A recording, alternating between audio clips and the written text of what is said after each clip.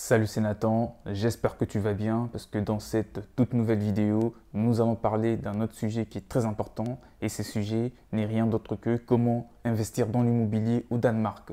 Tu te poses sans aucun doute la même question à chaque fois, comment est-ce qu'il sera pour toi possible d'acheter un bien immobilier dans ce pays sans pour autant être danois ou sans pour autant avoir vraiment des compétences hors normes dans le domaine de l'immobilier. Eh bien, ça tombe bien que tu puisses te poser toutes ces questions parce que c'est justement les principaux sujets que nous allons pouvoir aborder dans cette vidéo afin de t'aider et vraiment surtout de t'orienter dans l'immobilier afin que tu puisses par la suite acquérir un logement ou tout type de bien immobilier de bonne qualité et que tu réalises ainsi ton rêve de devenir propriétaire au Danemark. Déjà, qui je suis pour te parler de l'immobilier danois? Je me présente, je m'appelle Nathan, je suis formateur, accompagnateur d'investisseurs immobiliers et j'accompagne de nombreux investisseurs, je dirais, qui investissent en Europe, en Amérique, en Afrique, dans plusieurs continents et j'aimerais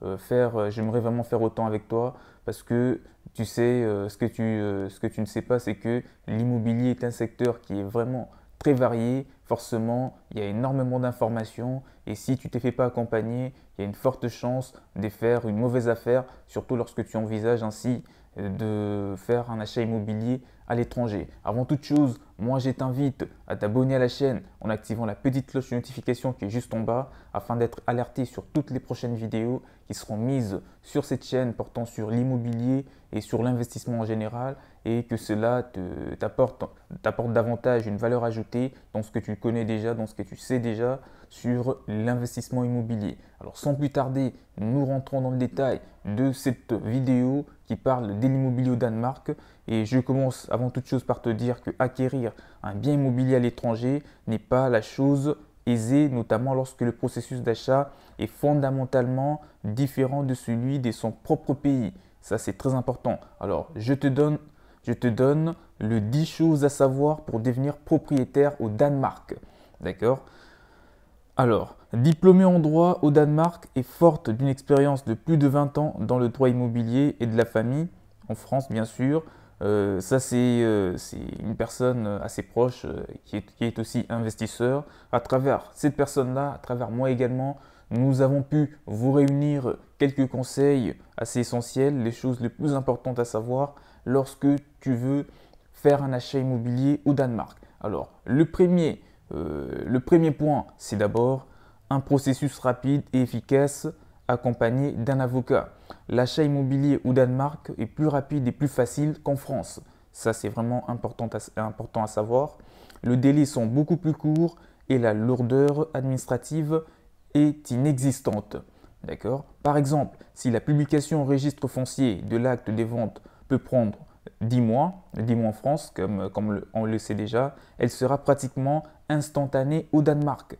Dans cette démarche, votre avocat sera votre meilleur allié. C'est vraiment bon à savoir. Son intervention est d'ailleurs le plus souvent obligatoire. Donc, c'est très important à savoir parce que dans cette procédure, votre avocat va jouer vraiment un rôle crucial, je dirais vraiment irremplaçable. Et c'est la raison pour laquelle il faut vraiment vous fier à des bons avocats compétents qui ont d'habitude l'avantage d'accompagner des acheteurs, des investisseurs immobiliers au Danemark en particulier. Alors, le deuxième point ou la deuxième chose que tu vas devoir savoir avant d'investir dans l'immobilier, c'est un financement à la danoise. Qu'est-ce que cela veut dire? Il faut se défaire de l'idée d'un prêt bancaire classique à la française. Par la plupart du temps, au Danemark, 80% du montant de l'achat est financé par un prêt hypothécaire basé sur les marchés des obligations nationales. Alors, la durée maximale est de 30 ans avec possibilité de remboursement anticipé sans pénalité, ce qui est déjà très bien. Vous fixez donc le montant de vos échéances et si les conditions de taux s'améliorent ou si vous avez des liquidités disponibles, vous pouvez souscrire un nouveau prêt à la baisse. D'accord? Ça, c'est vraiment un point qui est très important et ça se diffère vraiment de la France. Vous voyez que le Danemark offre vraiment plusieurs avantages concernant l'investissement immobilier. Ces modes de financement uniques en son genre assurent la stabilité, notamment un taux fixe ou variable et surtout une flexibilité. Et là, je vois par exemple la renégociation ou remboursement anticipé sans pénalité. Ça, c'est vraiment des choses très importantes à savoir. Alors, le troisième point, c'est le KID de l'apport personnel. Un apport minimal de 5% est demandé qui peut monter à 10 ou 15% pour les étrangers, les investisseurs étrangers au Danemark. Le reste, 5 à 15% est financé par un prêt bancaire classique, comme je viens de le dire un peu plus tôt. Alors, le quatrième point, c'est la signature d'un contrat et non d'un acte notarié. Qu'est-ce que cela veut dire? L'acte d'achat, l'achat de vente bien sûr, est formalisé au préalable par un contrat sous seing privé, d'accord, et non sous forme d'un acte notarié.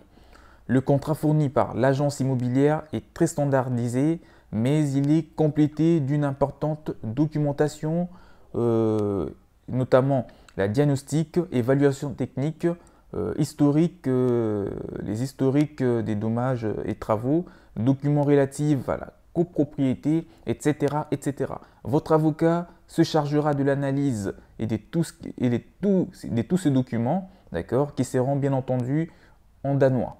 Ces documents-là, vous ne les trouverez pas en anglais, mais plutôt en danois. Alors, le cinquième point, des faibles frais d'acquisition des biens immobiliers. En France, les frais d'acquisition sont de l'ordre voilà, des 8% du prix de vente. Au Danemark, il faut compter 10 000 francs danois, d'accord, voilà, environ des frais d'avocat. La publication de l'acte de vente vous coûtera 0,6% du prix de vente plus 1700 de la monnaie danoise. Vous le convertissez à votre monnaie locale, d'accord, que vous soyez en France ou dans n'importe quel pays où vous me suivez en ce moment, vous le convertissez, vous faites 1700, voilà, la monnaie danoise, enfin bref, vous le convertissez à votre monnaie. Alors, des coûts d'acquisition bien plus faibles qu'en France, donc, et cela garantit une augmentation assez considérable des nombres de personnes qui viennent investir dans l'immobilier au Danemark. Le sixième point, c'est l'attention aux vices cachés. Moi, j'attire votre attention. Faites vraiment attention aux vices cachés. Qu'est-ce que cela veut dire? La négociation peut être très vite, mais il est important d'émettre des réserves quant à des éventuels vices cachés. La qualité des expertises diagnostiques et évaluation des travaux à prévoir est déterminante. Votre avocat peut vous prémunir autant que faire se peut, d'accord, de ce genre de déconvenus en vous recommandant par exemple un expert ou des expertises complémentaires. Il faut savoir qu'au Danemark, le vendeur est responsable d'éventuels vices cachés pendant 10 ans, contrairement à la France bien sûr.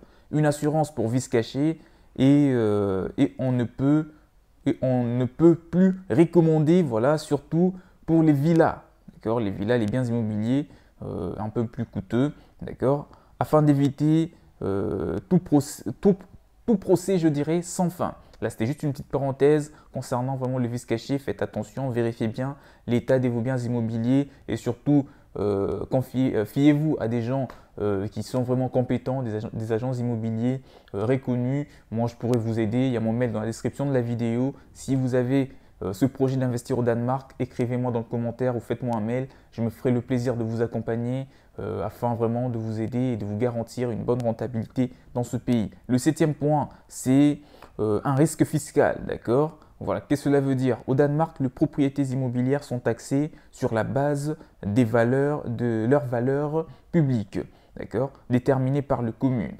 Il existe deux taxes au Danemark. La première, ça s'appelle Ejendomsværdiskatt, voilà, elle est équivalente à notre taxe habitation en France. Et la deuxième taxe, ça s'appelle Ejendomsskatt. Voilà, ça c'est un petit peu à la danoise. Et cette deuxième taxe, elle est équivalente à notre taxe foncière.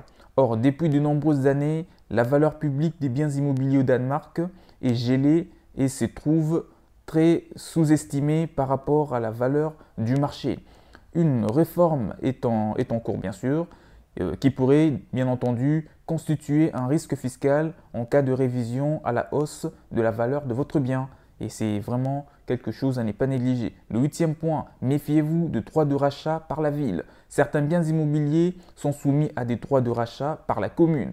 Cela signifie que la commune possède un droit de rachat sur les biens à une date et à un prix bien défini. Ça, c'est aussi à savoir. Il y a parfois des droits de rachat au Danemark et il faut vraiment vous méfier.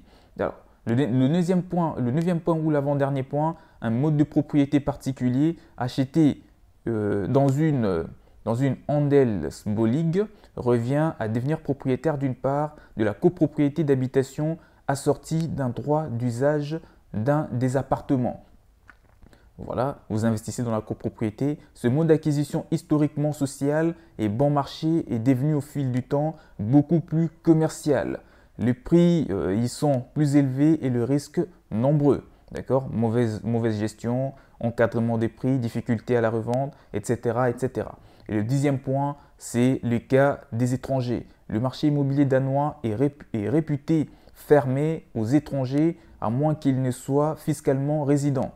Dans ce cas, il peut y acheter une résidence principale ou secondaire sans condition au-delà de 5 ans de résidence fiscale au Danemark.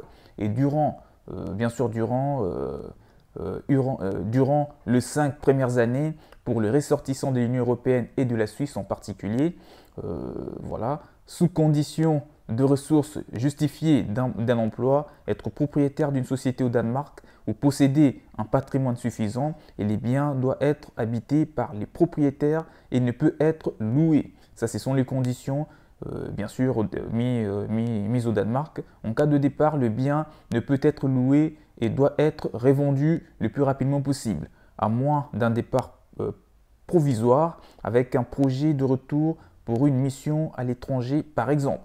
Là, c'était pour moi les quelques conseils que je te donne. Certes, investir dans l'immobilier au Danemark est une bonne idée. On arrive à la fin de la vidéo, bien sûr, vous l'avez compris. Mais cela revient quand même à courir quelques petits risques comme les points que je viens de vous citer vers la fin. Si vous n'avez pas compris, vous pouvez toujours remettre la vidéo vers l'arrière pour réécouter les détails que j'ai pu te donner en gros dans cette petite vidéo sur l'immobilier au Danemark. J'espère que la vidéo vous aura plu. S'il y a un point qui n'a pas été abordé, vous pouvez toujours le mettre dans le commentaire. Et en conclusion, moi je te dis que le système danois est bien différent du système français en termes d'acquisition immobilière. Il n'en reste pas moins attractif et envisageable pour les étrangers. L'important est de se préparer, appréhender l'aspect fiscal et successoral bien sûr, avant de se lancer bien sûr. Voilà, là c'était pour moi quelques conseils indispensables pour toi qui pourront obligatoirement t'aider à acquérir un bien immobilier de bonne qualité et en partant vraiment sur de bonnes bases sur l'immobilier au Danemark. On se retrouve à la prochaine, portez-vous bien, abonnez-vous à la chaîne en activant la cloche de notification pour suivre davantage des vidéos très intéressantes sur l'immobilier, sur l'investissement en général. Je vous dis bye bye, à la prochaine, ciao ciao.